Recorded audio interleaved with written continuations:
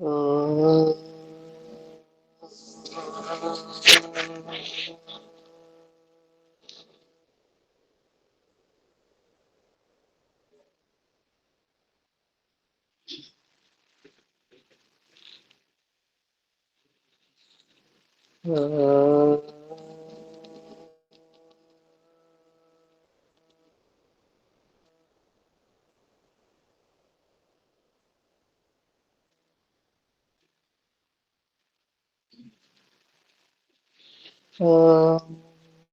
शन्नो मित्रः संवरुणः शन्नो भवतुर्यमा शन्नो इन्द्रो बृहस्पतिः शन्नो विष्णुरुक्रमः नमो ब्रह्मणे नमस्ते वायु त्वमेव प्रत्यक्षं ब्रह्मासि त्वमेव प्रत्यक्षं ब्रह्म वदिष्यामि ऋतं वदिष्यामि सत्यं वदिष्यामि तन्माम् अवतु तद्भक्तारमवतु अवतु माम् अवतु भक्तारम् ॐ शान्तिः शान्तिः शान्तिः ॐ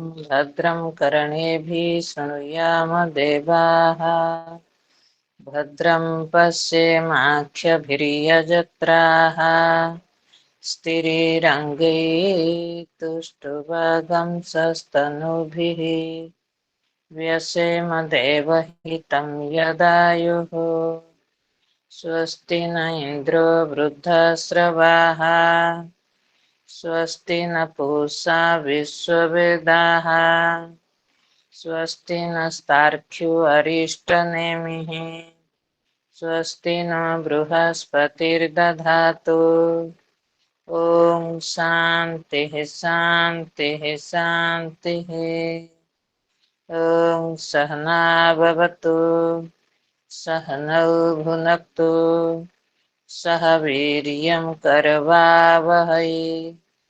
तेजस्विनावधीतमस्तु मा विद्विषावहै ॐ शान्तिः शान्तिः शान्तिः सदाशिवसमारम्भाः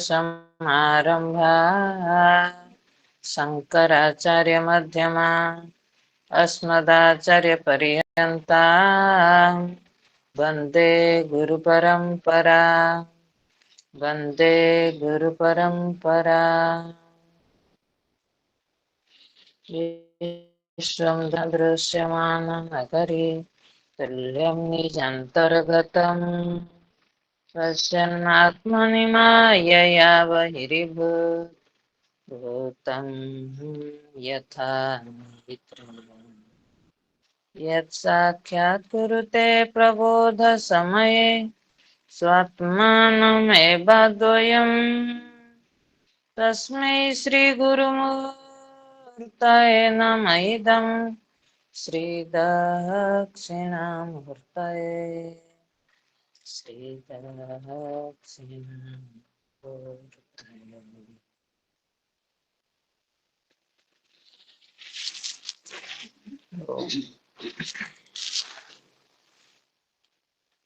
ॐ पार्थाय प्रतिबोधितं भगवता नारायणेन स्वयं व्यासेन ग्रथितं पुराणमुनिना मध्ये महाभारतम् अद्वैतामृतवर्षिणीं भगवतीम् अष्टादशाध्यायिनीम् अम्ब त्वामनुसन्धधामि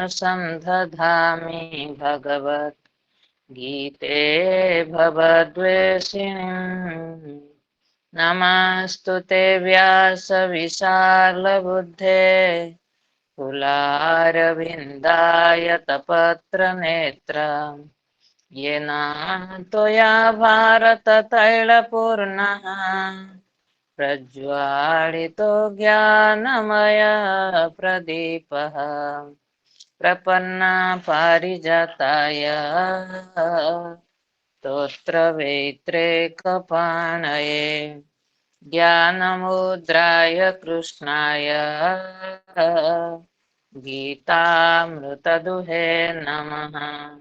सर्वोपनिषदो गावो दुग्धा गोपालनन्दन पार्थो वैश्यस्तुतिर्भुक्त्वा दुग्धं गीतामृतं महतं वसुदेवसुतं देवं कंसचाणूरमर्दनं देवकी परमानन्दं कृष्णं वन्दे जगद्गुरुं भीष्मद्रोणतटा जयद्रथजला गान्धारो नीलोत्पला शल्यग्राहवती कृपेण वहनीं कर्णेन वेलाकुला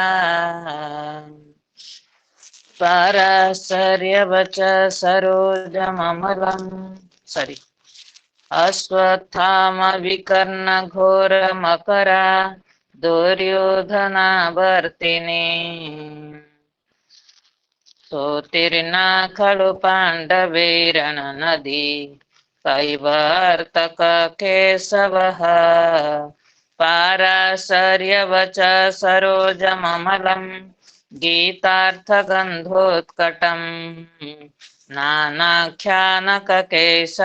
हरिकथा सम्बोधना बोधितं लोके सज्जनषट्पदैरहरः पेपीयमानं मुदा भूयात् भारत पंकजं कलिमलं प्रध्वंसिना श्रेयसे मुखं करोति वाचालं पंगुं लङ्घयते गिरिं यत्कृपातमहं वन्दे परमानन्दमाधव परमानंदमाधव।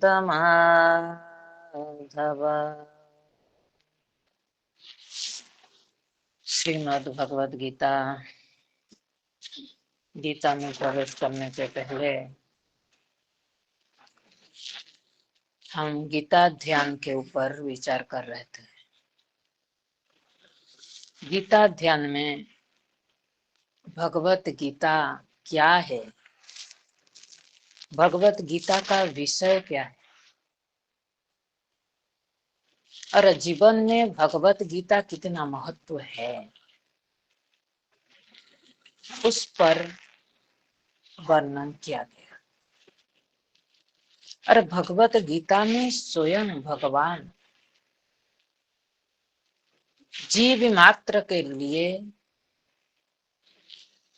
इस भव सागर से तरने के लिए भगवत गीता को नाव बनाया और उस नाव में उस नाव को चलाने वाला स्वयं कृष्ण है, दूसरा कोई नहीं। इसीलिए स्वयं उन्होंने चलाया और हमें इसी संसार सागर से पार कराया। इसीलिए गीता को अम्बे त्वाम अनुसंधान ध्यान श्लोक में व्यास जी ने कहा, भैया हम तुम्हारा अनुसंधान करते हैं, क्योंकि जिसका हम जीवन में अनुकरण करते हैं हम वैसे ही हमारा जीवन बनता है। हमारा सबसे बड़ा कमी है होता है अनुकरण नहीं करते, सुन लेते हैं, बस शब्द को याद करते हैं। अनुकरण करने का अभिप्राय है आचरण। गीता ने जो कहा वो मेरे जीवन में मैं उतार रहा हूं या नहीं, उसको देखना है। गीता ऐसे चीज का, गीता को ये कहीं नहीं दिया कि ये काम करो, ये काम मत करो, इधर मत जाओ, इधर मत करो, ये कुछ नहीं था। गीता ने यही कही कि तुम जहां हो, ठीक है, तुम संसार में हो, कोई दिक्कत नहीं। तुम संसार मतलब क्या? कर्ता भाव, भोक्ता भाव, जीव भाव में तुम हो। तुम इसी संबंध बोध में लचपच पड़े हो, कोई दिक्कत। लेकिन एक बार गीता का तो अनुकरण करो। देखो, संसार ही जब तक तुमको, और अनुकरण वही भी करता है जिसको संसार दुखद लगे, तब वो अद्वैतम अमृत वर्षिणी का, गीता का विषय है ही। समाज में आप सुनते होंगे गीता पाठ करो, गीता में तो कर्म का व्याख्या है, लोगों के आप इतना बात याद रखे हैं, कर्मणि बाधिकारस्ते, हाँ सुना लेंगे आपको। गीता में तो कहा है कर्म में तुम्हारा अधिकार है, इसीलिए हम कर्म कैसे छोड़ दें। गीता ने कहा कर्म में अधिकार मतलब तुम कर्म से भाग नहीं सकते, क्योंकि ये शरीर कर्मजन्य है, और ये शरीर में कर्म हो करके रहेगा, तुम चाहो न चाहो। शारीरिक इंद्रियगत हो या मानसिक हो, लेकिन कर्म होगी, वो तुम्हारा विषय नहीं है।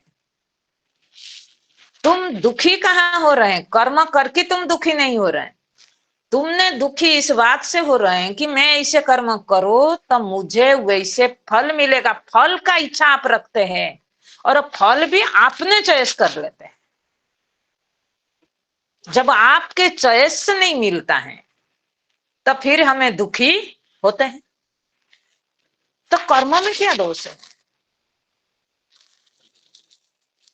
और कर्म आप जो सोचते हैं जी हम चाहते हैं इसीलिए कर्म, ये नहीं होता। वास्तविक हम कर्म विज्ञान को नहीं जानते हैं, गीता ने बताया। लेकिन गीता का मूल रहस्य ही है कि संसार रूपी दुख से निवृत्ति करने के लिए जिसी अद्वैत ज्ञान का जरूरत है, वही अद्वैत ज्ञान का वर्णन भगवत गीता में दिया। उसी को यहाँ पर कहा अद्वैतम अमृत वर्ष।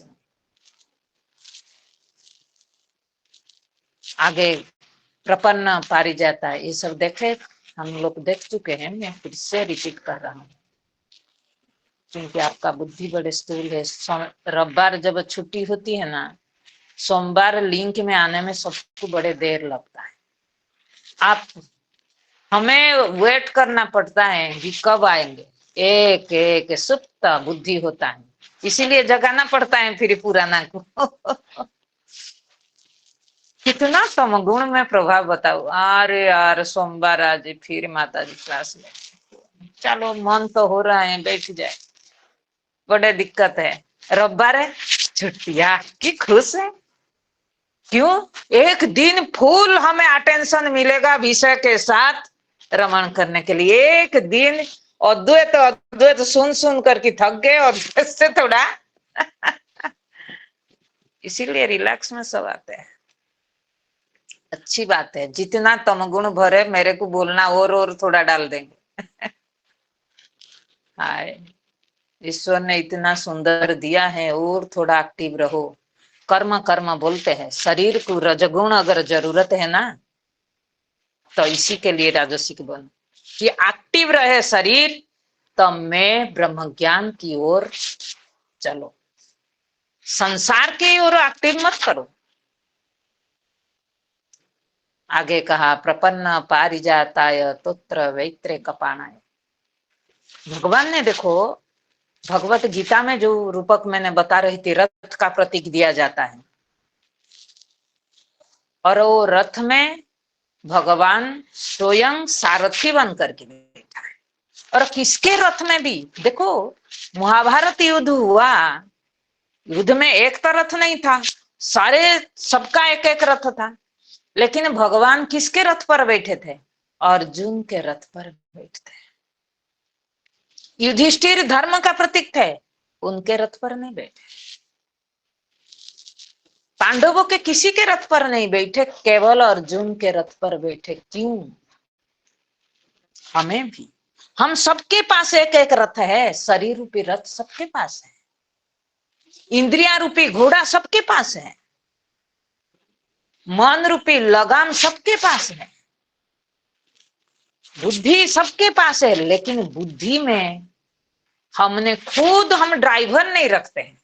हम बोलते हैं हमको सब पता है, हम गाड़ी चलाना आता है, फिर जब कहीं धक्का लगाना होता है, गाड़ी को ब्रेक करना नहीं आता है, कहीं पर पंक्चर हो गया, उसको क्या स्टेप पिन लगाना नहीं आता है, तो किस बात की गाड़ी चालक आप हो? आप ये ठुकुर मुकुर के लिए ठीक हो, लेकिन लॉन्ग ड्राइव के लिए बिल्कुल आप नहीं हो। तो इसीलिए ये तो हमारा छोटा मोटा यात्रा नहीं है, ये लॉन्ग ड्राइव है। अनादिकाल से हम चल रहे हैं ये रास्ते पर, और उसी में ड्राइवर का जरूरत है। रथी स्वयं अगर चलाएगा, रथी कौन है? हम बैठे हैं। तो लॉन्ग ड्राइव में आप जाने में कौशल नहीं हो, इसीलिए लॉन्ग ड्राइव के लिए कृष्ण जैसा गुरु हो, जो अद्वैत ज्ञान के द्वारा मुझे ये लॉन्ग ड्राइव में लेने में माहिर हो, और रथी निश्चिंत में बैठ सके,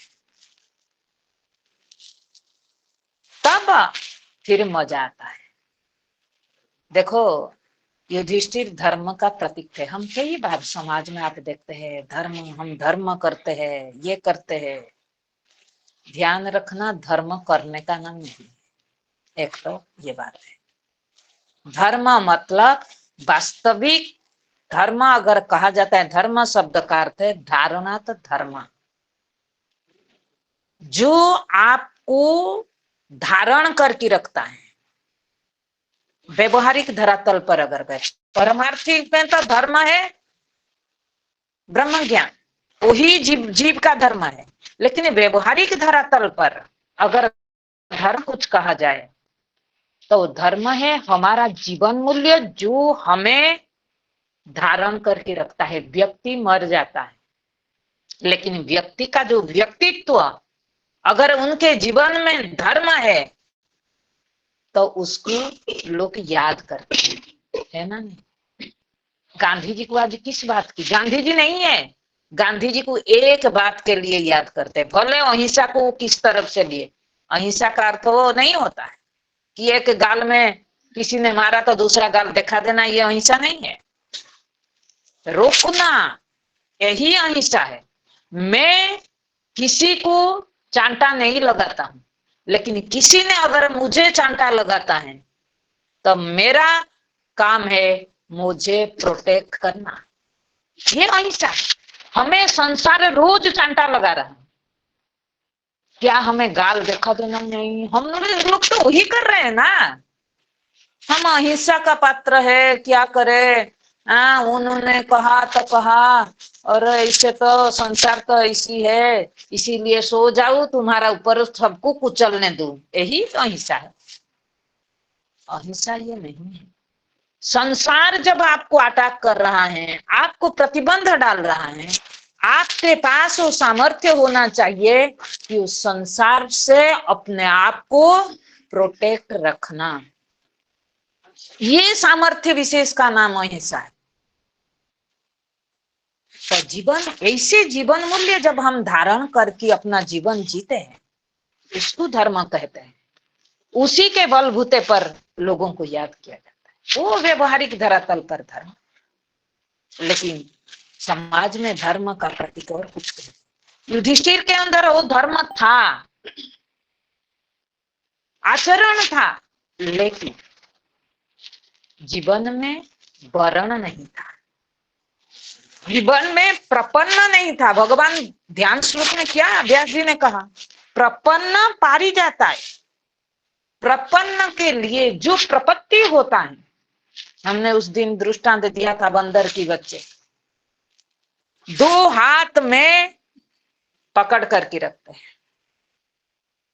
हमें भगवान को तो जब विपत्ति आता है बुलाते रहते हैं, लेकिन भगवान स्वयं अगर अवतीर्ण हो जाए हमारा सामने भी ना, तो भी बुलाने पर हम जाने वाले नहीं हैं। एक कहानी में बताऊं, एक बूढ़ी अम्मा थी, रोज लकड़ी लाने से बहू खाना खिलाती। लकड़ी लाए तो खाना देती थी, लकड़ी न लाए तो नहीं। रो रो की बुरा है, भगवान मुझे ले जा, ये बहू मुझे खाना नहीं देती। रोज रोती रोती लकड़ी लेती थी। एक दिन भगवान ने बोले, बिचारी कितना रो रहे हैं, चलो जाते हैं, वो बुला रहे हैं, अकेले आने में डर लग रहा है, मैं जाऊं उसको लेके आ जा। भगवान ने आ गए। अरे उसको लेने के लिए जब, तुम कौन हो? बोला भगवान हूँ। वो जंगल में थी, लकड़ी इकट्ठी कर रही थी। बोला जब तू आया है, चल मैं एक गुच्छी लकड़ी, क्या 2 गुच्छी लकड़ी करूं तो मैं एक और तू एक भी उठा ले। हम वही करते हैं, भगवान को दिया। भगवान ने बोले तू मेरे साथ जाने वाले है। लकड़ी बोलेगी तू आया है जब पहुंचा देते हैं। बहू प्रेग्नेंट है और वो कहाँ से लकड़ी लाएगी, और रख देते हैं, फिर जाएंगे खान पान खा करके। बोले चल गए। बोला रुक जा थोड़ी दिन, बहू का बच्चा आने वाला है, जाने के पहले नाती पोता तो देख लो। रह गए। भगवान ने आए, फिर नाती पोता जब हो गया, भाई टाइम तो हो गया, चल अब। बोला कि रुको, 21 दिन ही नहीं हुआ, उस सब मानना है और पूरा हो जाए। तो हमारा जो, मैं बोली ना, भगवान स्वयं भी आ जाए, हम जाने वाले नहीं है। संसार में इतना लिप्त है, प्रपन्न नहीं होते हैं। कमी क्या है हमारा संसार में? मैंने बार बार कह रहे, व्यभिचारी हमारा है। जब विपत्ति आता है तब भगवान जरूरत है, और संपत्ति में संसार के साथ उसके लिए भगवान पारिजात के तरफ नहीं होते। पारिजात मतलब क्या होता है? जैसे कोई चीज आप चाह रहे हो, वो चीज आपको मिल जाए। ऐसे अनोखा चीज कहीं से नहीं मिलता है, और आपने बहुत मेहनत करके पाया नहीं, लेकिन अचानक वो चीज आपको मिल जाए तो आपका खुशी क्या होता है? उसी को कहते हैं पारिजात। कि प्रपन्न के लिए एक प्रपत्ति पूर्ण समर्पण, ऐसे समर्पण वाले के लिए भगवान जीवन में जब ऐसे अद्वैत निष्ठ आचार्य जीवन में दे देते हैं, वो जो प्रपन्न है ना, वो समझ सकता है मेरे लिए ये पारिजात के समान है। कोई मार्गदर्शन मेरे यात्रा कराने वाला जीवन में मिल जाए, इसी को कहा गया पारिजात। इसीलिए भगवान अर्जुन के लिए क्या थे? पारिजात थे। अर्जुन के अंदर पूर्ण समर्पण था। आप सोचो, जीवन भर भगवान ने साथ रहा, कभी भी चाहते हैं तो गीता सुना देते ना, क्यों नहीं सुनाया? इतना प्रेयसी थे अर्जुन, बचपन से साथ खेलते थे, लेकिन क्यों नहीं सुनाया? और वो फिर सुनाने के लिए महाभारत युद्ध का माध्यम लिया, क्यों? भगवान ने माध्यम नहीं लिया। अर्जुन, जिस दिन अर्जुन को लगा कि मेरे दुख का कारण, उस समस्या का समाधान ना मेरे पास है ना किसी के पास है, तो पूर्ण रूप से जब प्रपन्न हो गया, गांडीव को छोड़ दिया। हमारा सामर्थ्य, अर्जुन के लिए सामर्थ्य अभिमान क्या था? गांडीव। हमें ऐसे अभिमान क्या रहता है? मेरे नौकरी, मेरे परिवार, मेरे संपत्ति, इसी अभिमान को, इसी गांडीव को लेकर के हम चलते हैं। ये गांडीव जब तक हमारा हाथ पर रहता है ना, हमारा प्रपन्न नहीं होता है। इसीलिए वो गांडीव जिस दिन हमने छोड़ देते हैं, तब हम प्रपन्न होते हैं। अर्जुन गांडीव छोड़ा, प्रपत्ति हुई, प्रश्न किया, भगवान ने गीता सुनाया। तब तक अपने सामर्थ्य पर, हमारा भी वही होता है, भगवान को तो बुलाते हैं लेकिन हमारा खुद का जो अवकात है उस पर हमारा ज्यादा भरोसा है। हमें ये विश्वास नहीं है कि दूसरा किसी माध्यम से हमको मिलेगा। हमको जो कुछ मेरे कर्म के अनुसार, मेरे मेहनत के अनुसार, मेरे पुरुषार्थ के अनुसार मिला, तो दुख भी निवृत्ति मेरे कर्म के माध्यम से मैं कर लूंगा। लेकिन जब अर्जुन को पता चला इसका समाधान मेरे पास नहीं है, मेरे अवकात में कुछ नहीं है, अपने अवकात उनको दिखने लगा, तब उन्होंने प्रभु में प्रपन्न हुआ। और जब प्रपन्न होते हैं प्रभु किस रूप में आते हैं? गुरु रूप में। इसीलिए जगत गुरु कृष्ण को कहा, कृष्ण वंदे जगत गुरु। जगत के लिए गुरु रूप है। और गुरु जब आता है दो चीज हाथ में होता है। हम जब गुरु के शरण में जाते हैं, प्रपन्न होते हैं, गुरु तुमको चलाने के लिए तुम्हारा लगाम अपने हाथ पर ले लेता है। और दूसरा एक हाथ पर एक छड़ी लकड़ी हाथ में रहता है, उसी में जब फिर इधर उधर हुआ भटका तो चांटा लगता है। खाली ऐसे नहीं, हमको अगर चांटा लगा हम बोलते अरे स्वामी जी बड़े गुस्सेलू है, जब भी देखो गुस्सा करते हैं, यही बोलते हैं ना। माता जी तो मेरे को तो सब बोलते थे स्वामी जी क्या, स्वामी जी से ये बड़ा और भी क्यों?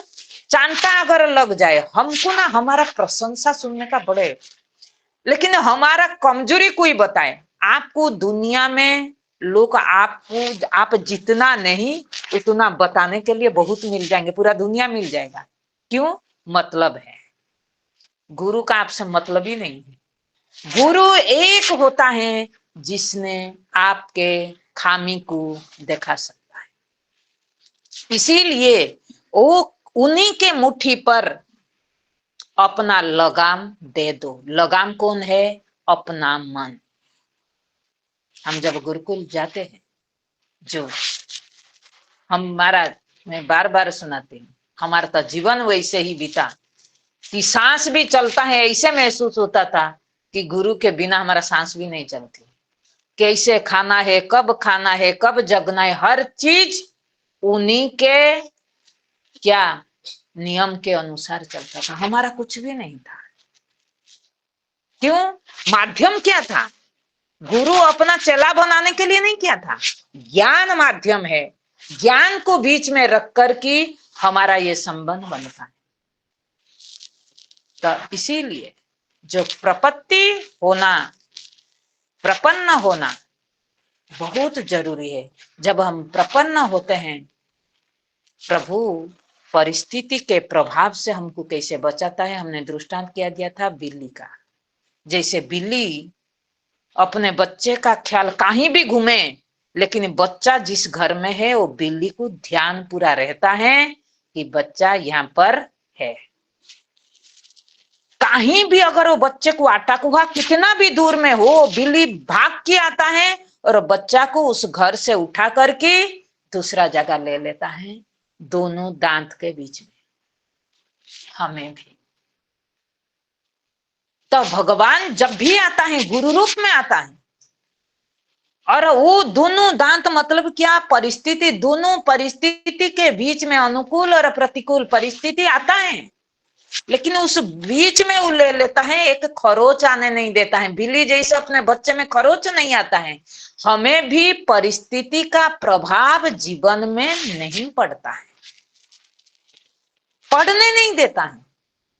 कितना बड़ा परिस्थिति आए, लेकिन हम इतना स्मूथली वो परिस्थिति में पार हो जाते हैं।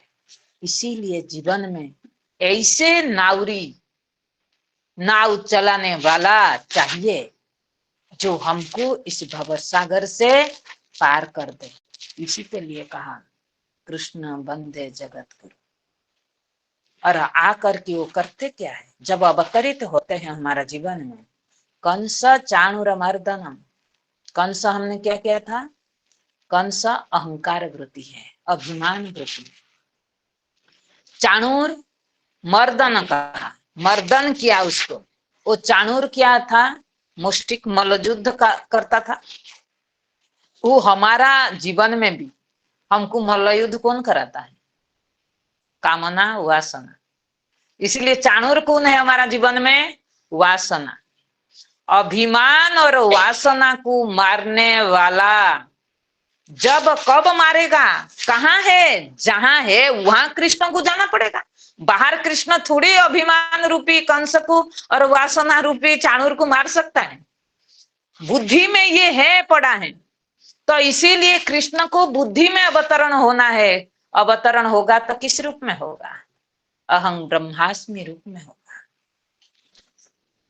उस ब्रह्म सत्ता के रूप में जब अवतीर्ण होगी तब उन्होंने अभिमान, अभिमान मतलब अल्पता की अनुभूति, कृष्ण मतलब बृहत्ता की अनुभूति। तो जब बृहत्ता की अनुभूति आएगा अल्पता को खत्म कर देगा। इसीलिए जगत गुरु कहा गया। जगत के लिए, सब जीवों के लिए, एक के लिए नहीं, सबके लिए है, लेकिन सबने प्रपन्न नहीं करते हैं। इसीलिए मैंने कहा भगवान सबके लिए है, लेकिन उसी के रथ पर बैठते हैं जो प्रपन्न होता है। अर्जुन ने प्रपन्न हुई तो अर्जुन के रथ पर प्रभु ने विराजमान हुआ। और आप देखो भगवत गीता में पहला अध्याय में आएगा कि अर्जुन का रथ का वर्णन है। भगवान क्यों? किसी के मन में प्रश्न होगा कि लोग कहते हैं भगवान ने पार्शलिटी करते हैं। भगवान उसी का नाम नहीं है जो पार्शलिटी करे।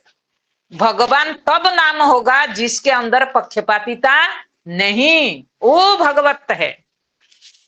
और पक्षपातिता किया तो फिर भगवान क्यों कह रहे हैं भाई? वो तो जीव होगा, जीव ही पक्षपात करेगा, मेरा तेरा तुम्हारा दृष्टि में। जैसे हम कहते हैं भगवान ने रावण पक्षपात नहीं किया तो कंस को कैसे मारा?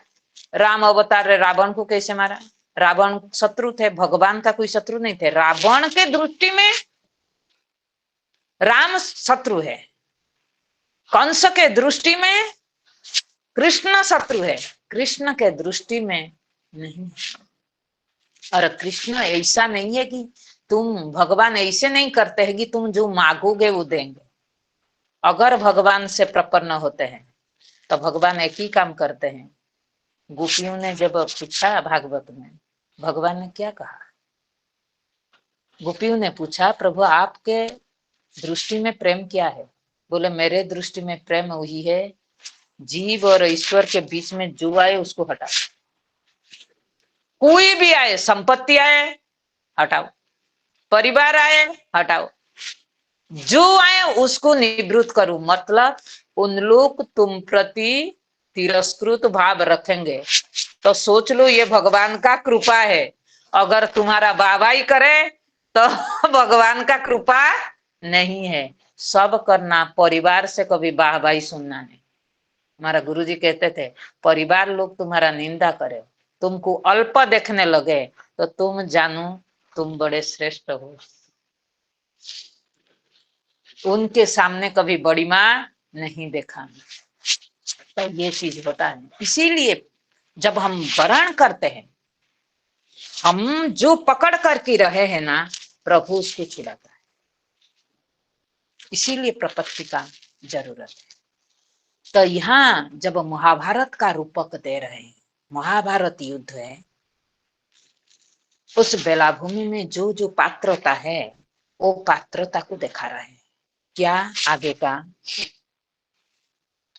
बोल रहे हैं? भीष्म द्रोण तटा जयद्रथ जला गांधार नीलोत्पला।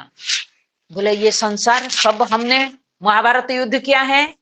बोले संसार समुद्र है, इसी संसार नदी में हम सब, हमारा लिए महाभारत युद्ध क्षेत्र है। और वो महाभारत युद्ध क्षेत्र में, ये संसार रूपी नदी में दो किनारा होता है। नदी में नदी बहती रहती है, और दो किनारा कौन है? बोले भीष्म द्रोण तटा। भीष्म पितामह भीष्म और गुरु द्रोणाचार्य दो तट। तट क्या करती है कि नदी को आगे बढ़ने नहीं देता है, रोक करके रखता है। तट यही काम करती है, दोनों किनारे। तो यहाँ पर भी पितामह भीष्म, गुरु द्रोणाचार्य खंबे की तरफ, तट की तरफ थे कि महाभारत युद्ध ये लोग ने तय किए, लेकिन उनका हमेशा कोशिश था ये रुके। तट भी हमेशा कोशिश करता है नदी इधर बहे उधर न जाए, लेकिन जब बाढ़ आता है तट रुक पाता है नहीं। लेकिन वही जब तक उनका सामर्थ्य है तब तक कोशिश यही रहता है कि नदी को आगे बहने ना दो। इन दोनों भी क्या किए कि आगे बहुत कोशिश किए, युद्ध न हो, लेकिन बाढ़ आ रहा है तो तट क्या करेगा, तट भी निकल जाएगा बाढ़ में। तो हमारा जीवन में वही है जो महाभारत में हुआ, पांडव और कौरव के बीच में। ये दोनों बहुत कोशिश किए, लेकिन इतना बाढ़ है, उफान है कि तट संभाल नहीं पाया। हमारा जीवन में भी होता है कि हमारा जीवन में बड़े बड़े परिस्थितियां आती है। जीवन में जब हम कोई बड़े होते हैं, व्यवहारिक धरातल पर हमारा पूर्वज होते हैं बड़े घर का, वो हमें कोशिश करते हैं बड़े, या तो हमें कोई शिक्षा देने वाले गुरु जो व्यवहारिक धरातल पर। द्रोणाचार्य कौन थे? व्यवहारिक विद्या का शिक्षा देने वाले। तो हमें जीवन में या तो माता पिता से शिक्षा लिया हुआ या तो विद्यालय से शिक्षा लिया हुआ, ये दोनों हमारे लिए तट है। और हम सोचते हैं ये दोनों के आश्रय पर हम अपना जीवन अतिबाहित कर लेंगे। उस विद्यालय में जो विद्या अर्जन किए उसमें एक नौकरी मिल गया और माता पिता का परिवार रूप में सपोर्ट मिल गया, और जीवन में क्या है बोलते ये तो दोनों मिल गया, हम अब संसार को पार कर लेंगे। समझ रहे ना?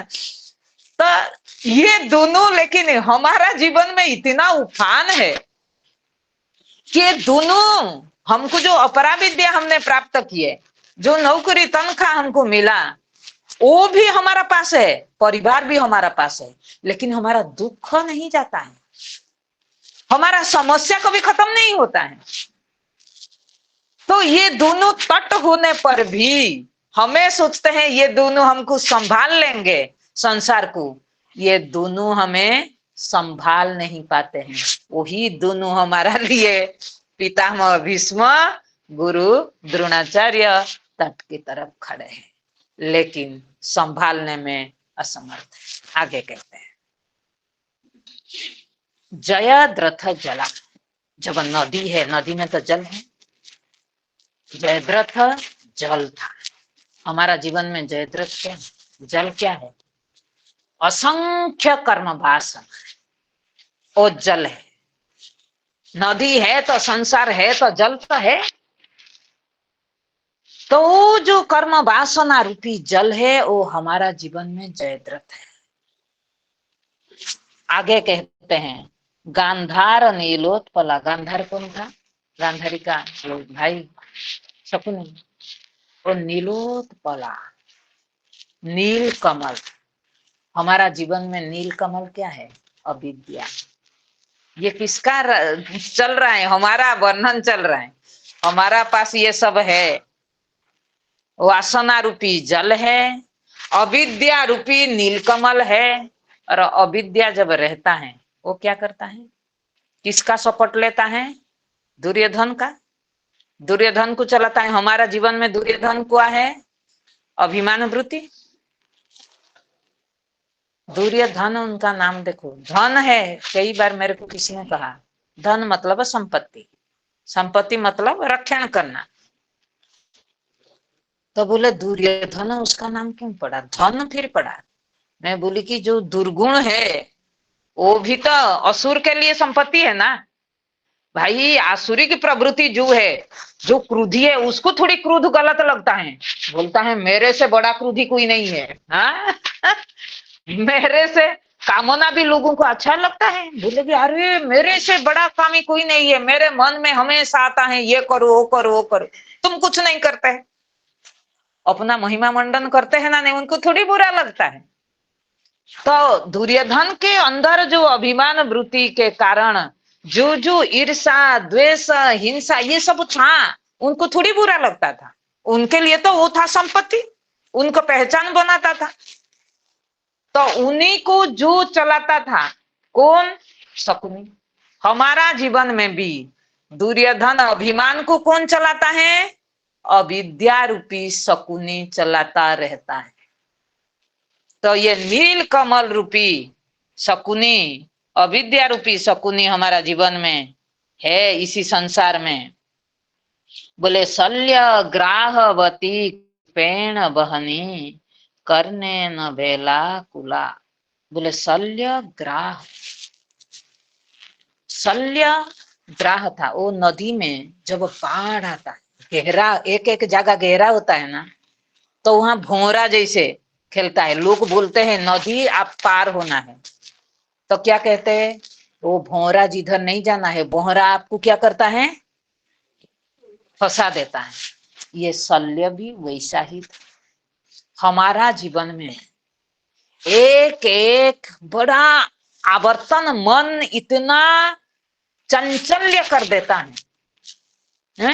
हमको वही मानसिक वृत्ति रुचि प्रधान जीवा, वो क्या करता है? शल्य की तरफ है, हमको वो गड्ढा में गिरा देता है, वो भौरा में फंसा देता है।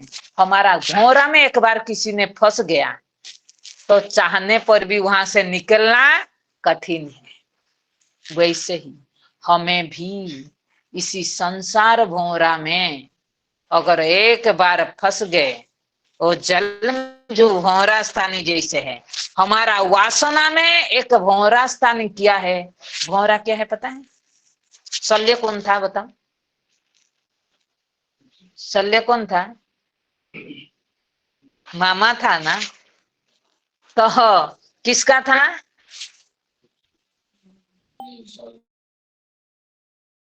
सॉरी, नकुल सहदेव का। शत्रुघ्न में भी आता है, नकुल और सहदेव का मामा था शल्य। तो मामा था मतलब रिश्तेदारी था। हमारा जीवन में भी समझ जाना, जो रिश्तेदारी है तो रिश्तेदारी हमको बड़े अच्छा लगता है, लेकिन वही रिश्तेदारी ग्राह की तरफ है, भौरा की तरफ है, तुमको वहां लेकर की फंसा देता है। तुमको तुम्हारा यात्रा में तुम कितना भी समर्थ हो, जब रिश्तेदारी के बात आ जाते हैं, क्या करो? सत्संग करने का तो मन है, लेकिन बहू है ना, नौकरी करती है, बच्चा को तो मुझे संभालने का काम तो करना पड़ता है, वो तो कर्तव्य तो करना पड़ेगा। कर्तव्य वहां आ जाता है। कहाँ लिखा गया तुम्हारा बहू के बच्चे को पालन करना तुम्हारा कर्तव्य है? कौन सी ग्रंथ में लिखा गया ये तो बताओ। वाही देते हैं, अपने गलती को छिपाने के लिए सुंदर सुंदर सब व्यूह रचना कर देते हैं हमने।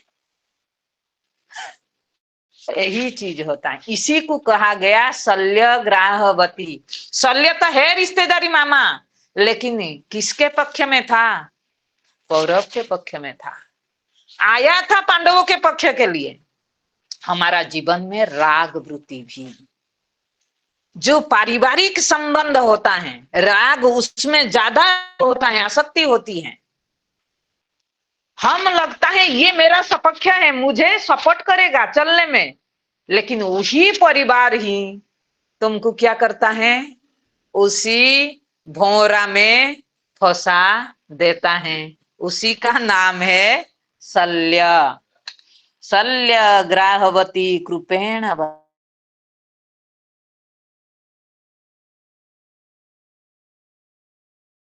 सबके अंदर ये एक सहज वृत्ति निरंतर हमारा जीवन में बनी रहता है।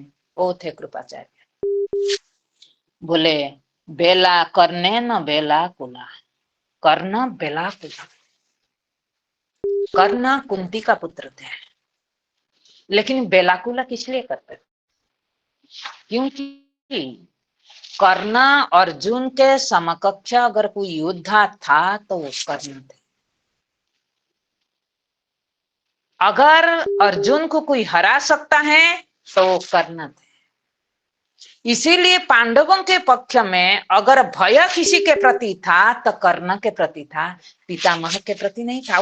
पता था पितामह का आशीर्वाद हमारा ऊपर है, वो कभी हमको हराने नहीं देंगे, क्योंकि वो आशीर्वाद दिए हैं तुम्हारा विजय होगा।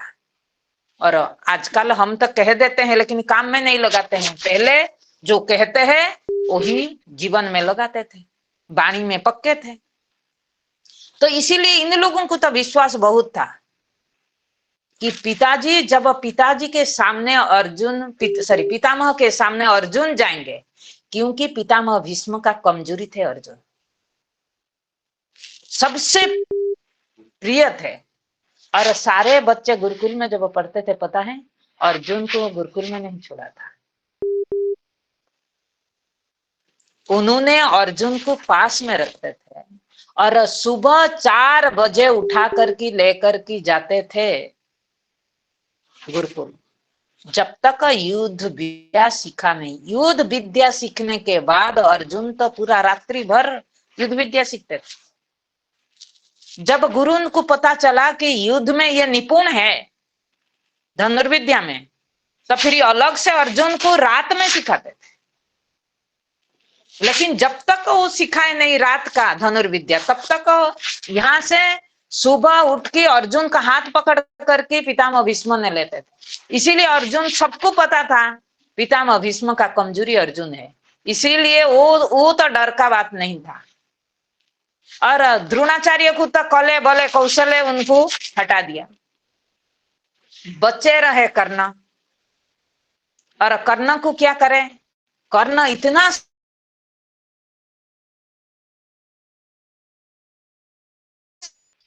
सामर्थ्य है।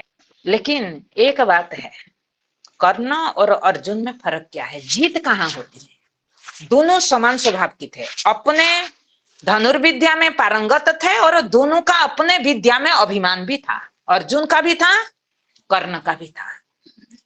फर्क यह है, अर्जुन ने अपने धनुर्विद्या प्रभु के शरण में जाकर के किया, लड़ा। कर्ण ने अपने धनुर्विद्या को अभिमान के अधीन रह करके लड़ा। एक निरभिमान के अधीन, एक अभिमान के अधीन जब युद्ध होता है, जीत किसका होगा, अर्जुन का ही होगा। इसीलिए अर्जुन का तो जीत हुआ, लेकिन इन लोगों का भय क्या था, बेलाकुला। बेलाकुला माने चित्त वृत्ति को विक्षेप करता था। कर्ण के सामर्थ्य देख करके इन लोगों ने चित्त वृत्ति को विक्षेप करता था। तभी तो कुंती को उन्होंने भेजा कर्ण के पास। तो कर्ण ने फिर जो कहा, तो हाँ बोले, कर्णे न बेलाकुला अश्वत्थामा विकर्ण घोर मकरा। आहा, मगरमच्छ, जल है तो मगरमच्छ रहेगा ना। मगरमच्छ एक बार किसी को अगर पकड़ लिया, फिर वो खा ही ले। तो हमारा जीवन में अश्वत्थामा, वो महाभारत युद्ध में मगरमच्छ था। इसीलिए प्रभु ने क्या किया, अश्वत्थामा को हटाया। नरवा गुंजर अश्वत्थामा हटा। और एक तीर में 2 निशाने लगे। अश्वत्थामा को भी मारा और उस अश्वत्थामा के माध्यम से द्रोणाचार्य को भी मरवा दिया। तो एक तीर में, ये प्रभु का कौशल था।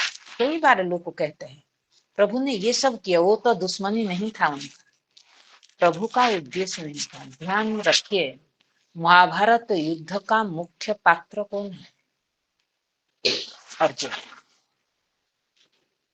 और अर्जुन को महाभारत युद्ध विजय हासिल करना।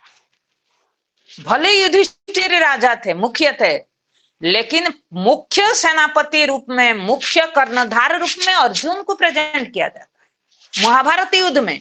मैं वो हस्तिनापुर का बात नहीं कह रहा, युद्ध में मुख्य कर्णधार था अर्जुन। इसीलिए उन्हीं के रथ पर भगवान ने विराजमान है। हमें भी सृष्टि में सारे जीवो है, सब में ईश्वर है, लेकिन अगर ये सृष्टि का मूल कर्णधार कोई है तो मनुष्य शरीर है ना नहीं। प्रभु ने उन्हीं के माध्यम से युद्ध लड़ा, इसी संसार में उस परमार्थ तत्व को स्थापित मनुष्य के माध्यम से करवाया, क्योंकि उन्हीं के द्वारा ही धर्म का स्थापना होगी, दूसरे के द्वारा नहीं। इसीलिए युद्ध उन्हीं के माध्यम से कराया। सभी के जीवन में परिस्थिति है, लेकिन परिस्थिति के प्रभाव को संतुलन करने का सामर्थ्य किसी जीव में नहीं है सिवाय मनुष्य। इसलिए हमारा लिए संसार समुद्र में अश्वत्थामा रूपी मगरमच्छ रहता है। अश्वत्थामा मगरमच्छ क्या है? ईर्षा वृत्ति, द्वेष वृत्ति हमारा लिए मगरमच्छ की तरफ है, हमको दूसरे को नहीं, हमारा अंदर रह करके हमको काट खाता है। अगर अश्वत्थामा इनके पक्ष में होता, किसको खाता? इन्हीं को खा ले। तो फिर इसीलिए वो अश्वत्थामा को हटाना पड़ा। हमारा जीवन में भी जब मगरमच्छ हमारा अंतकरण में बनी रहता है, ईर्षा वृत्ति, द्वेष वृत्ति, दूसरे को जितना क्षति नहीं पहुंचाता है, हमारा लिए उतना क्षति करता है। इसीलिए कह रहे हैं अश्वत्थामा घोर मकरा दुर्योधना वर्तिनी।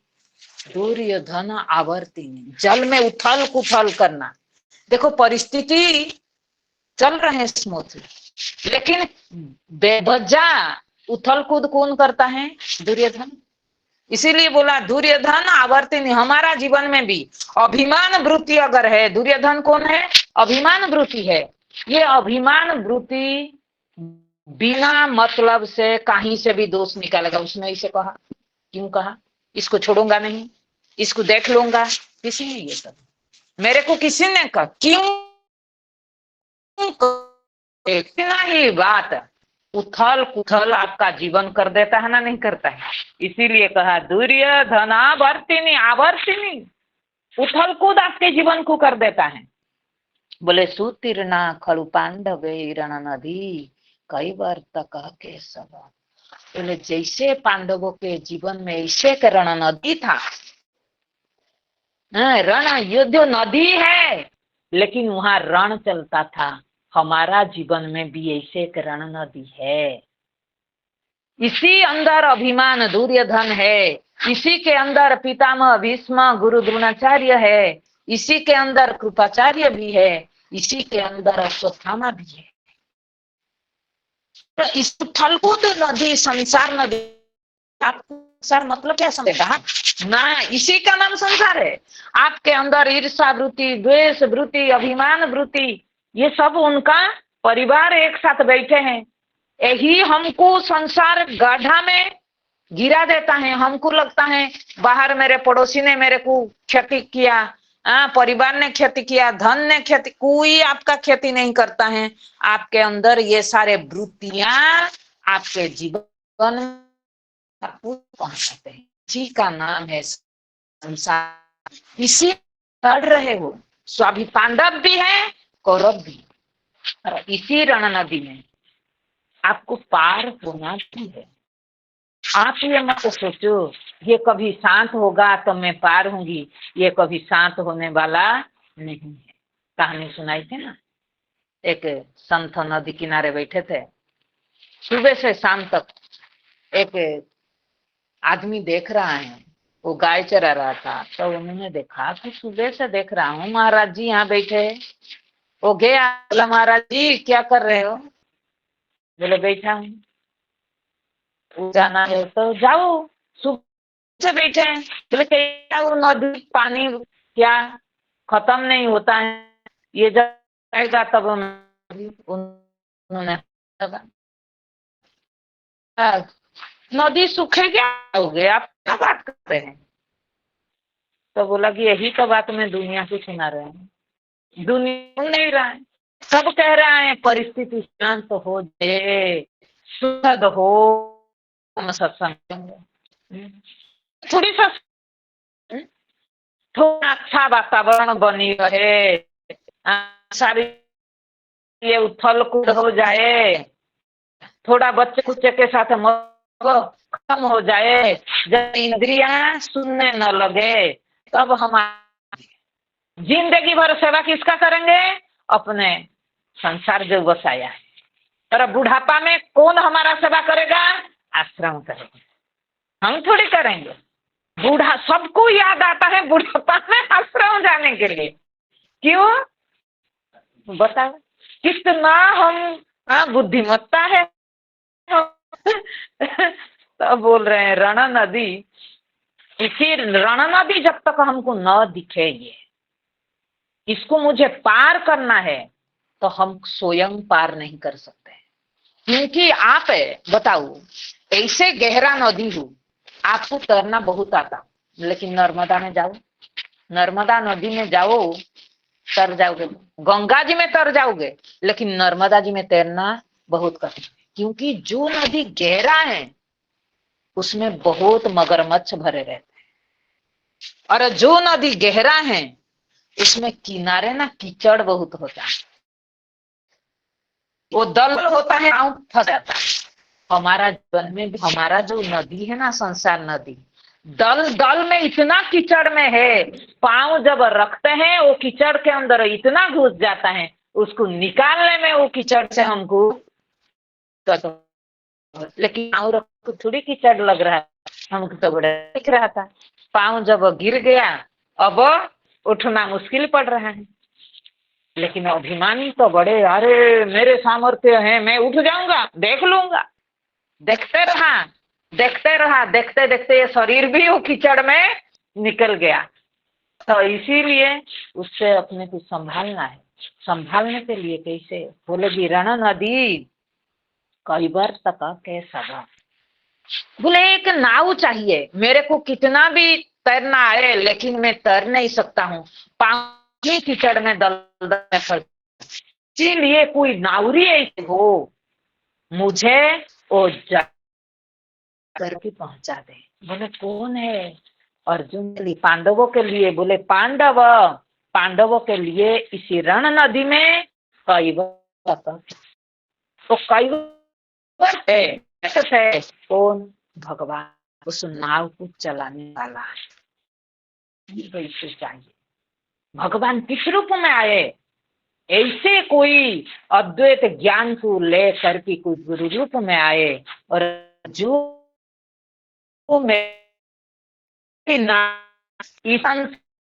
दल से निकाल ले। इसीलिए मैं आप ही उस महाभारत युद्ध क्षेत्र में हो, उसमें प्रयत्न करो, उसमें हटने के लिए वरन नावरी को आवाहन कर, जीवन में नावरी मिल जाए, अपना जिम्मेदारी। नाव में जब आप बैठते हैं तो आप विश्वास और भरोसा किसके ऊपर रहता है? नाव के ऊपर, कि वो इस किनारे से उस किनारे तक ले। हमें भी जब ऐसे गुरु के शरण में जाते हैं, हमारा वो विश्वास होना चाहिए, वो इसी ज्ञान के माध्यम से मुझे इस संसार का जीव किनारा क्या है? जीव, और ये बीच वाला नदी संसार, और उस किनारे ईश्वर सत्ता, जो ब्रह्म सत्ता, यहाँ से उस किनारे तक ले जाने के लिए वही केवल समर्थ होता है। इसीलिए जीवन में ऐसे कैवट चाहिए जो मुझे पार कर दे। ओम तत्सत।